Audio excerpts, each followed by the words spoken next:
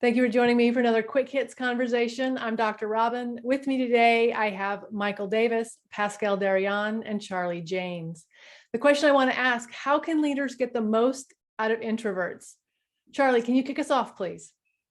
Well, I'm just kind of curious. Do any of you have some quick hit tips for people facilitating meetings on how to get the most out of introverts? I've got one actually comes from Robyn. In our last conversation, she mentioned it's the job of the facilitator to create an environment where we slow it down enough so that people feel like I can raise my hand. Because our cell phones have created a situation where we don't like silence. I mean, people are just rushing from one idea to this. Oh, we're going to get to this meeting. Can we go through this? We got a 10-minute quick hit, right? We got to slow it down. And point out people in the room, hey, I haven't heard from you, Robyn. Can you give us some feedback? What do you think about this?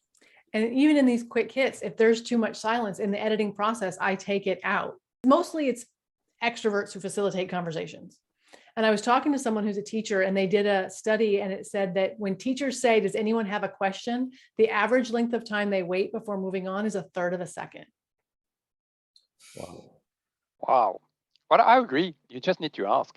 Because if you don't ask, you don't get. So that's my motto anyway in many things. But being an introvert, would you believe, who violently tried to not always be an introvert. Sometimes you need to be brave as well as an introvert. So I think the extrovert needs to help us. The facilitator is absolutely key. There's been some meetings where I've been very silent because also I process information differently as well, and I like to observe stuff before I make up my mind and try to say something which is not overly stupid. Happens sometimes, but also depending on the topic, I may have a lot of knowledge, I may not have a lot of knowledge, and actually introvert or not, there's a lot of work from a facilitator, depending on the vehicles you are using, to read the audience as well and trying to understand what we're trying to achieve here as well. So the introvert, at least for me, when we love developing stuff on the fly, but we like a bit the clarity as well. What is the question? Because otherwise, I'm not sure for the others, but me, I'm getting easily confused. The other thing too is I think we have to be careful about not creating a false dichotomy. People aren't either extroverted or introverted. It really depends upon a lot of things. It's a huge spectrum, and the one person may be more introverted in one place than in another. And as a facilitator, I find when I'm creating a team, one of the best things I can do for the team communication fingerprint is ask the question in a meeting, what's the easiest way? When are you at your best? How can I help you get your ideas to the table? Don't guess, don't assume, ask the question.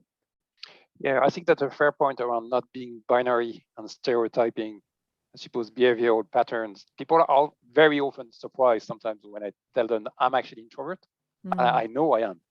But sometimes you have to make violence to yourself. And I come across either because of the nature of the role. It's not actually, I don't enjoy it. Also, there's kind of an urban myth as well, is introverts don't like to speak. We actually quite like to speak. It's not necessarily the problem, is we like to speak for a purpose. We don't want to function in a vacuum. So I think that's probably slightly different as well. And at the same time, you don't want to stereotype the extrovert. It works both ways. So it's an interesting one, but culturally as well, it does add a layer of complexity.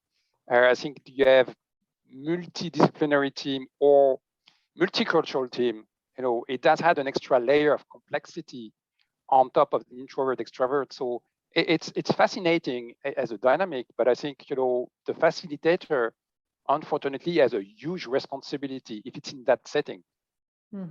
I've seen it happen where people try to facilitate their own meetings. They want to be able to participate and facilitate. And I think that that's a really hard place to be. I know I learn more from these quick hits when I edit them than when I do them, because I have so much facilitation going on in my mind.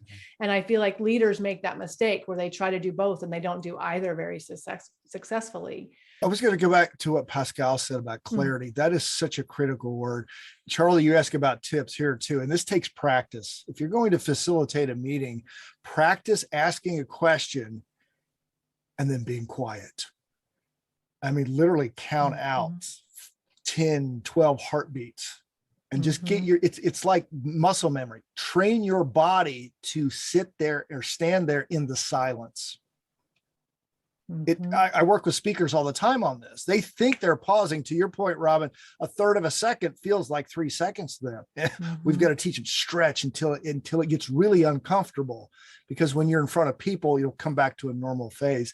And also, we have to be so careful about clarity. We hear terms, we run them through our filter, and it may not be what the other person means. I mean, just the words introvert and extrovert.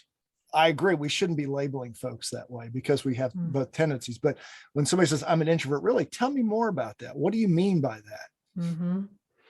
Yeah. Another thing that people can do is take their tongue off of the roof of your mouth, because if your tongue is against your palate, your brain is probably doing words, like thinking about, what do I want to say next?